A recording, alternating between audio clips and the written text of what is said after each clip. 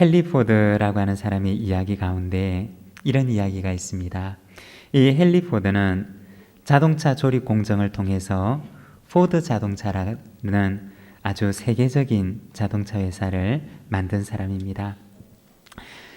이 사람이 노년이 되어서 고향에 내려가 아주 작은 집을 짓고 살고 있었습니다. 어느 날 가까운 친구들이 이 포드의 고향에 내려와서 포드의 집을 방문하게 되었다고 합니다. 세계적인 부호가 산다고 하기에는 너무나 작은 그 집을 보고서 한 친구가 그에게 말을 합니다.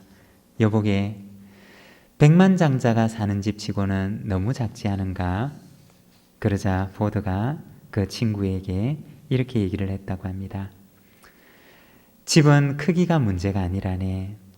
얼마나 큰가가 중요한 것이 아니라 정말 중요한 것은 그 집 안에 사랑이 있는가 없는가라네. 만일 사랑이 있다면 아무리 작은 집이라 할지라도 그 집은 어떤 큰 집보다 위대한 집이 될 것이고, 만일 그 집 안에 사랑이 없다면 대리석으로 짓고 아무리 거창하게 짓는다 할지라도 그 집은 금방 허물어져 버릴 것이라네. 여러분, 그렇습니다. 아무리 좋은 재료를 가지고 집을 짓는다 하더라도 그 집 안에 사랑이 없다면 누구도 그 안에 머물기를 원치 않을 것입니다. 그렇지만 아무리 작고 아무리 초라한 집이라 할지라도 그 안에 사랑이 있다면 누구나가 그 안에 영원히 머물고 싶은 그러한 집이 될 것입니다. 여러분, 우리의 집이 그러한 집이 되기를 원합니다. 우리의 가정, 우리의 교회가 바로 그와 같은 곳이 되기를 원합니다. 그 안에 믿음이 있고, 그 안에 소망이 있고, 그 안에 사랑이 있어서 누구나가 그 안에 머물기를 원하는 우리의 가정이 되고 또한 우리의 교회가 되기를 소망합니다. 우리 속에 하나님의 풍성한 사랑과 믿음과 소망이 가득 넘쳐나는 우리 모든 복된 믿음의 가정, 우리 부산진 믿음의 공동체가 되기를 소망합니다. 오늘 우리가 읽은 이 에베소서 말씀은 바울이 에베소 교회에 보낸 편지입니다. 사도행전 28장에 보면 사도 바울이 로마로 가서 로마의 황제의 재판을 기다리면서 가택연금 상태에 놓이게 되는데, 그는 이렇게 자유를 억압받는 바로 그 상황 속에서 자신이 전도했던 소아시아 지방에 있는 교회들을 생각하면서 편지를 보내게 됩니다.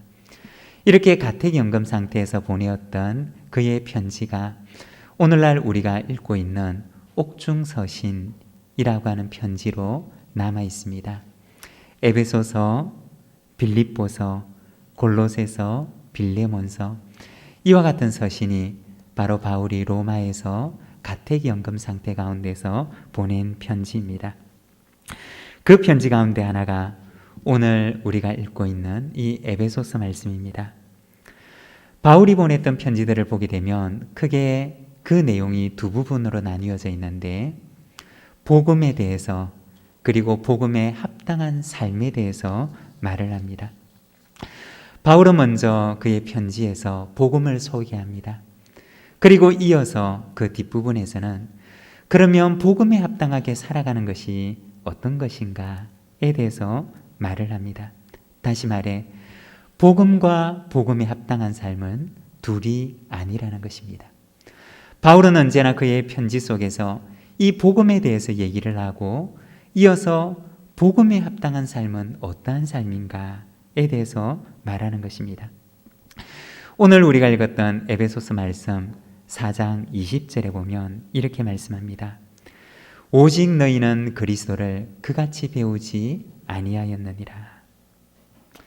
에베소 교회 성도들에게 주는 말씀입니다. 그리고 22절에서 24절에 보면 너희는 유혹의 욕심을 따라 썩어져가는 구습을 따르는 옛사람을 벗어버리고 오직 너희의 심령이 새롭게 되어 하나님을 따라 의와 진리의 거룩함으로 지으심을 받은 새 사람을 입으라.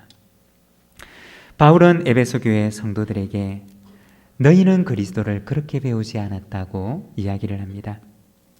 즉 복음 따로 삶 따로, 우리가 알고 있는 복음 따로, 내가 살아가는 삶 따로, 너희는 그렇게 그리스도를 배우지 않았다는 것입니다. 그리스도께서도 그렇게 살지 않으셨다는 것입니다. 그리고 바울이 가르쳤던 복음의 가르침도 그것을 말하지 않는다는 것입니다. 그리고 그는 이어서 말하기를 옛사람을 벗어버리고 새사람을 입으라고 이야기를 합니다. 복음은 언제나 우리에게 복음에 합당한 삶을 요구한다는 것입니다.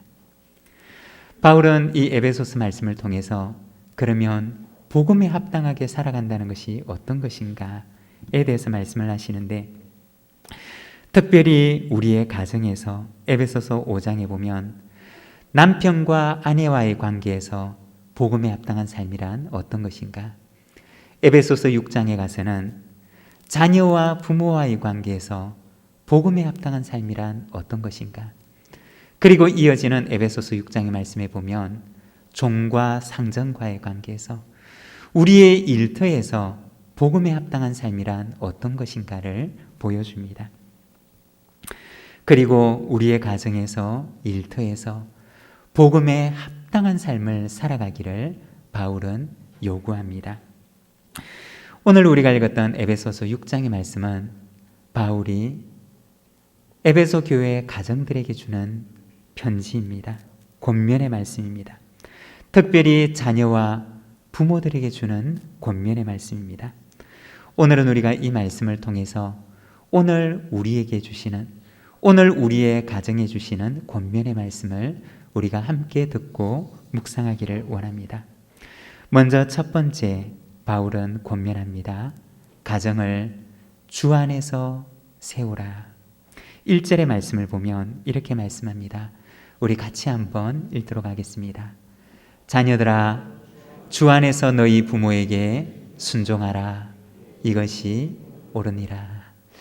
사도 바울은 자녀와 부모들에게 권면하는데 가장 먼저 말하기를 주 안에서 순종하라. 바울은 자녀와 부모들에게 권면할 때 먼저 주 안에서 라고 이야기를 합니다.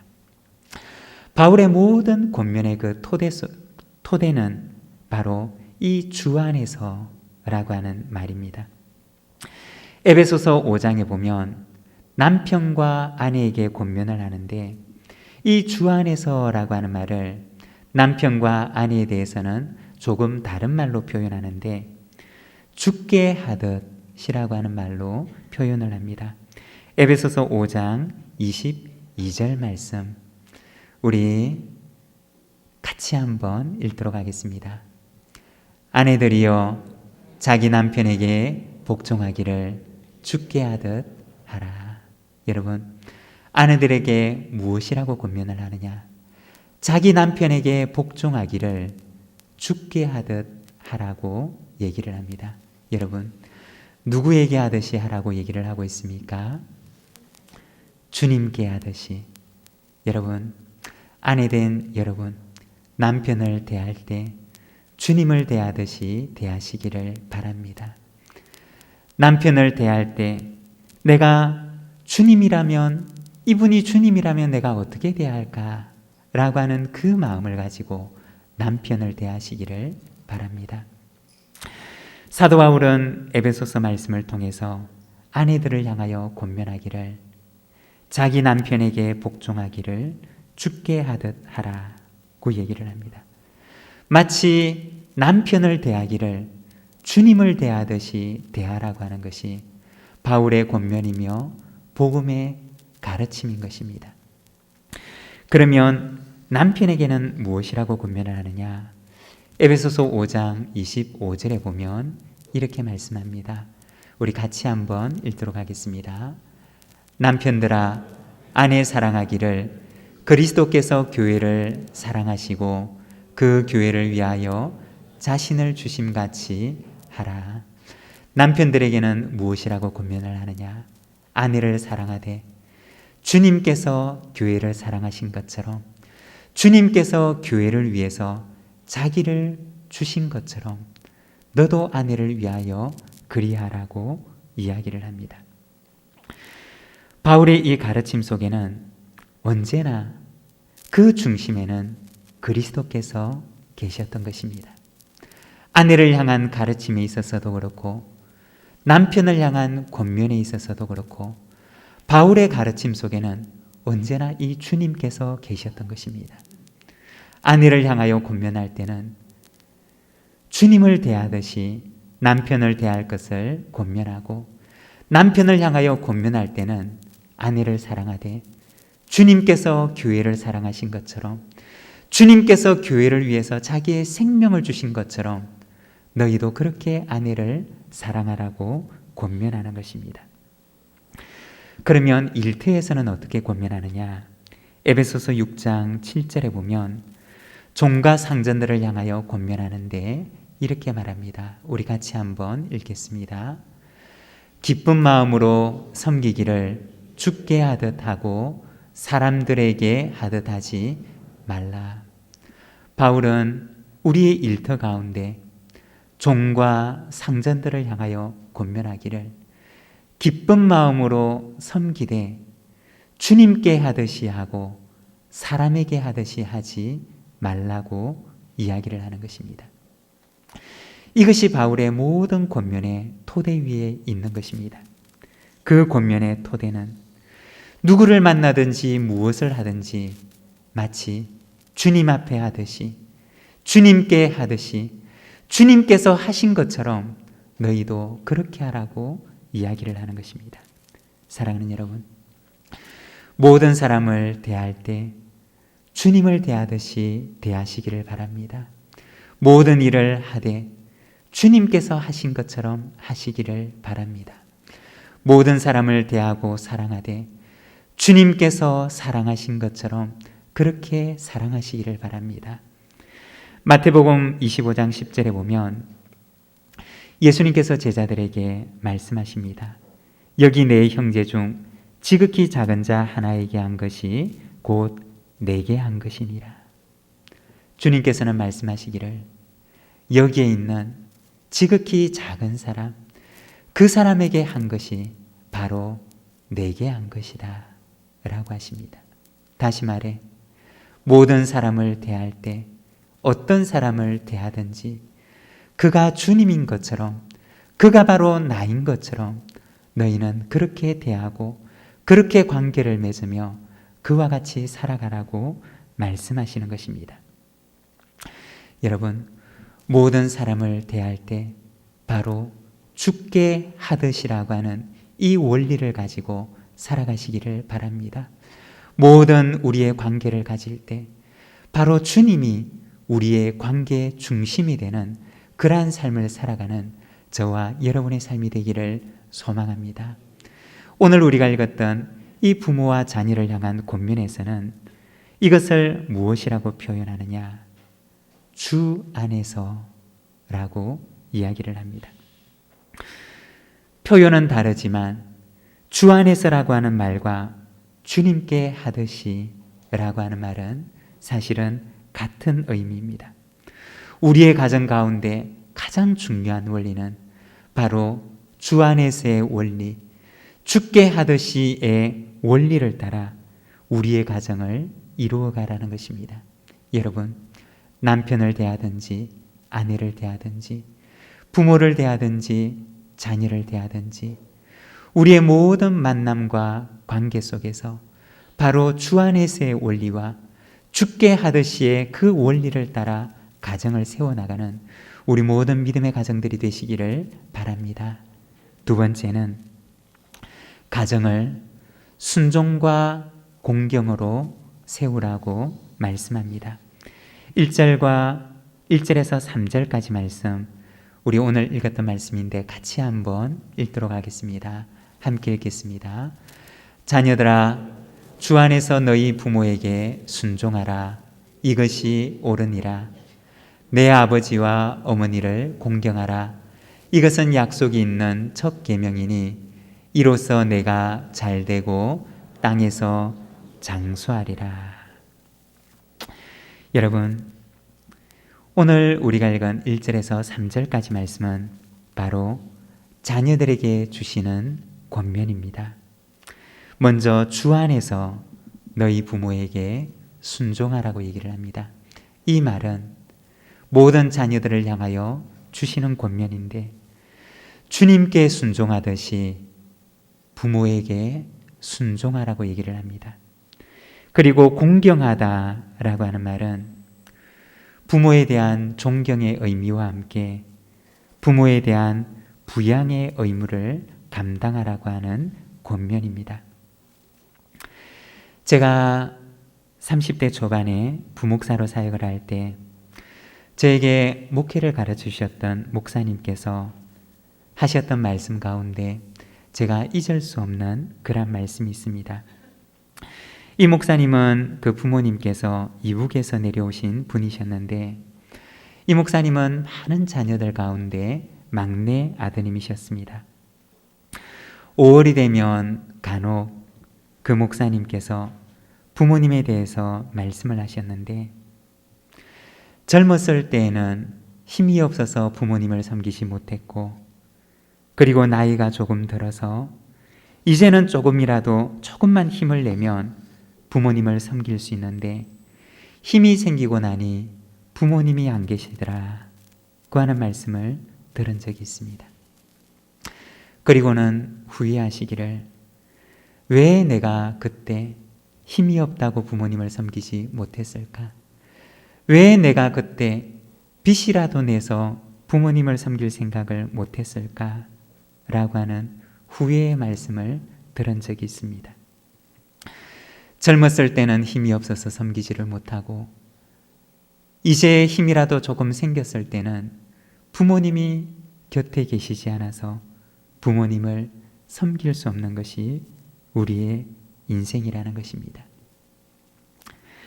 자녀와 부모라고 하는 그 호칭은 하나님께서 우리에게 언제나 허락해 주신 호칭이 아니라 우리에게 딱 한정된 기간 동안만 우리에게 주신 그러한 축복의 호칭이라는 것입니다.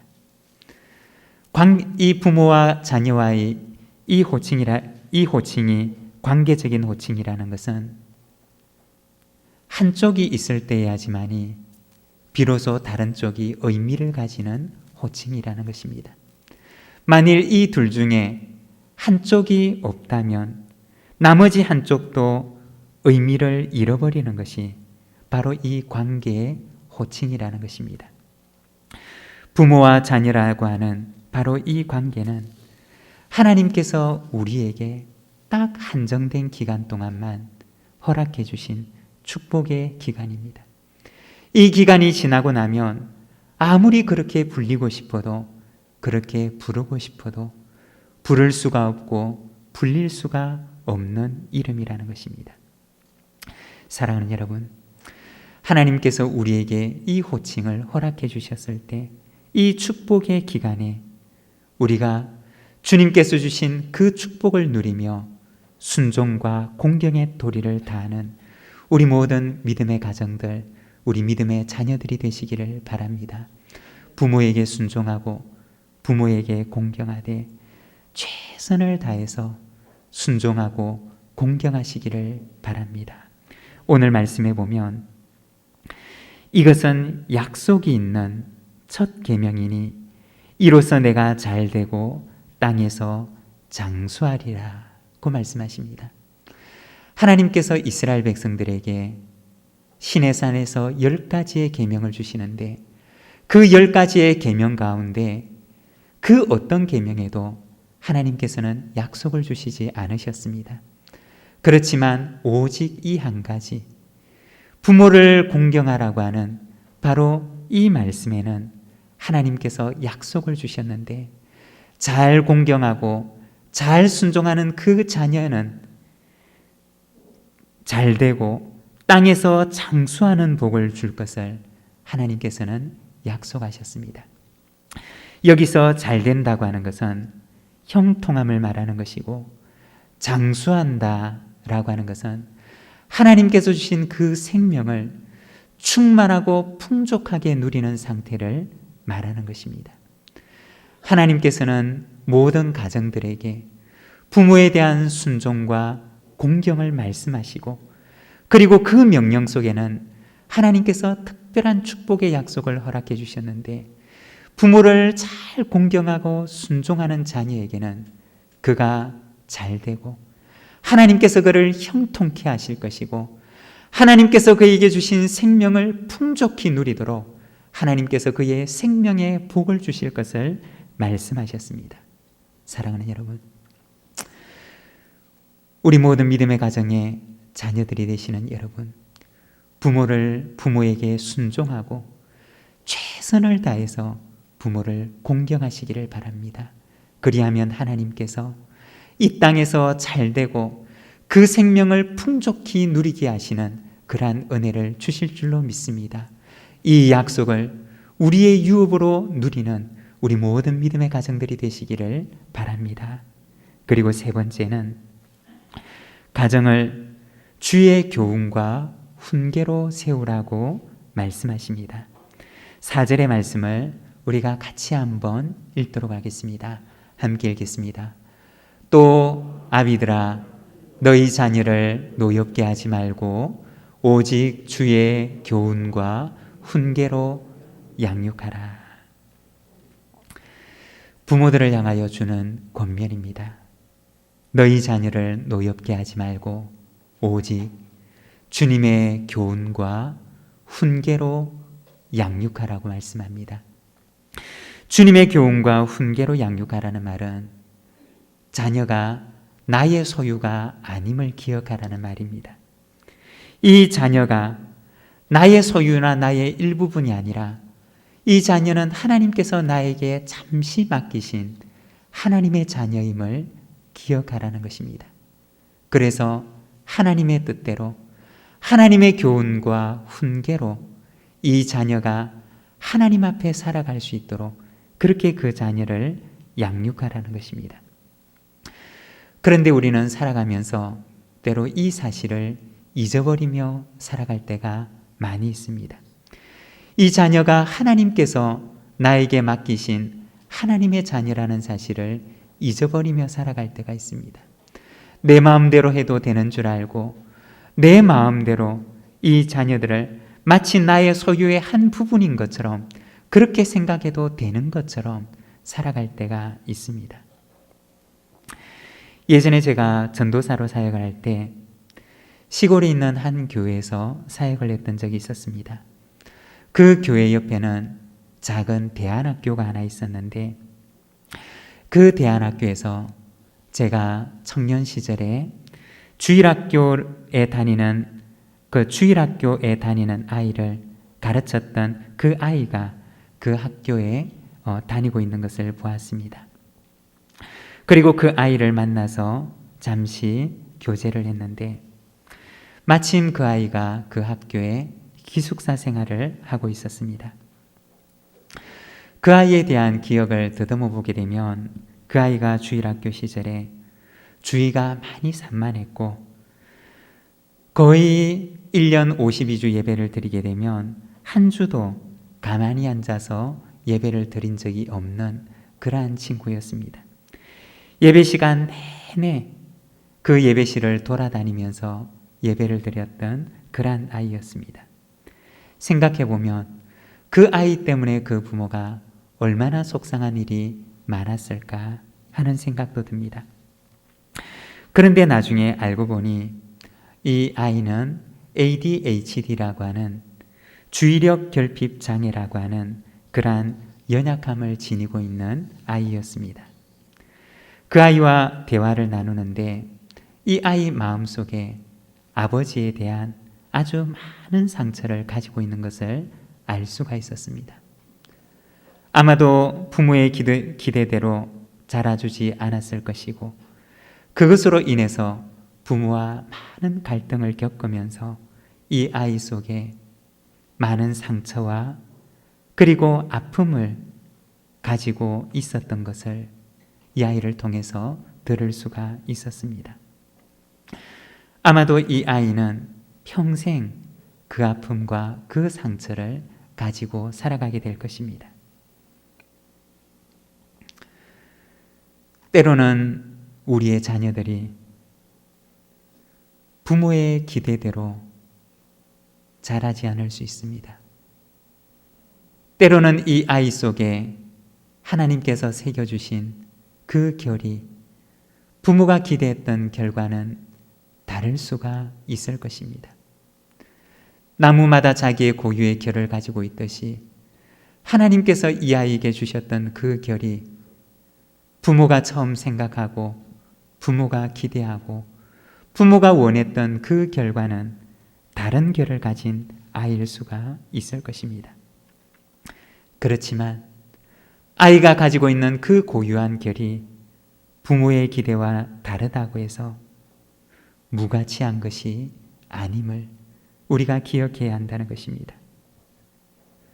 하나님께서는 이 아이를 지으시고 그 아이에게 고유한 결을 주실 때 하나님께서는 이 아이를 귀하게 그 아이가 가지고 태어난 그 결을 그대로 귀하게 사용할 계획을 가지시고 이 아이를 이 세상에 보내셨고 또 이 아이의 인생을 하나님께서 그대로 인도하신다는 것입니다. 요한복음 9장에 보면 어느 날 제자들이 예수님께 이렇게 물었던 적이 있습니다. 예수님, 이 사람이 맹인으로 태어난 것이 누구의 죄 때문입니까? 자기의 죄 때문입니까? 아니면 그 부모의 죄 때문입니까? 주님께서 제자들에게 말씀하셨습니다.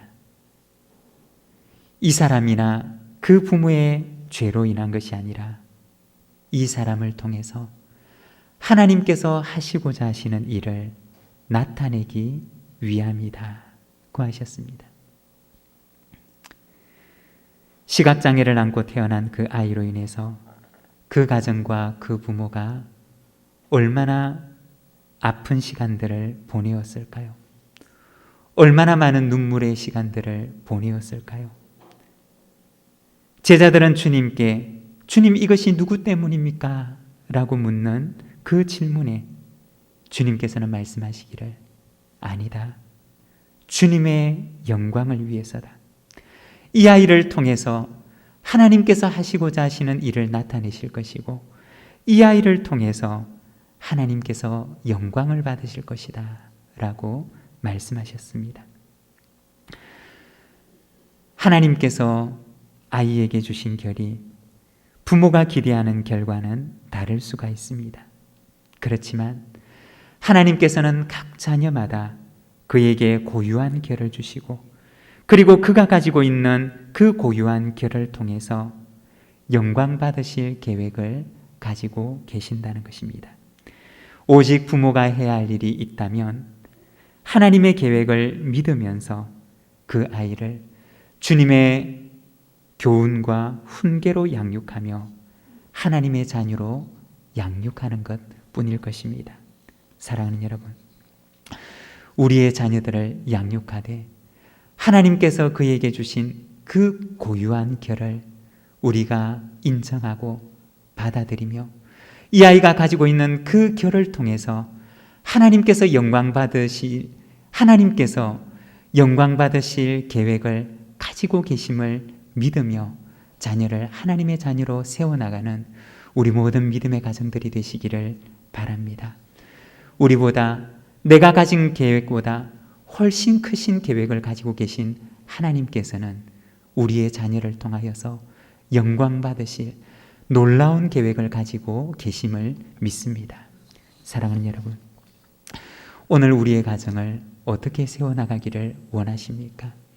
오늘 우리의 가정이 어떠한 가정이 되기를 원하십니까? 오늘 우리가 읽었던 에베소서의 말씀은 우리에게 말씀합니다. 너희의 가정을 주 안에서 세우라고 말씀하십니다. 너희의 가정을 순종과 공경으로 세우라고 말씀하십니다. 너희의 가정을 주님의 교훈과 훈계로 세우라고 말씀하십니다.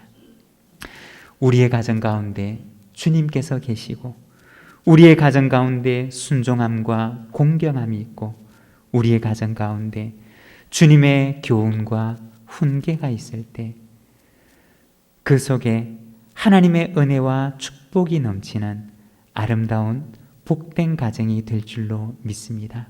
우리 모든 믿음의 가정들이 하나님의 은혜와 충만한 복을 누리는 우리 믿음의 가정들이 되시기를 바랍니다.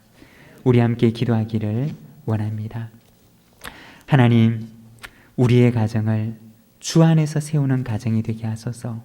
우리의 가정이 순종과 공경으로 세워지는 가정이 되게 하소서. 우리의 가정이 주님의 교훈과 훈계로 세워지는 가정이 되게 하옵소서. 이 시간 함께 기도하며 나가겠습니다.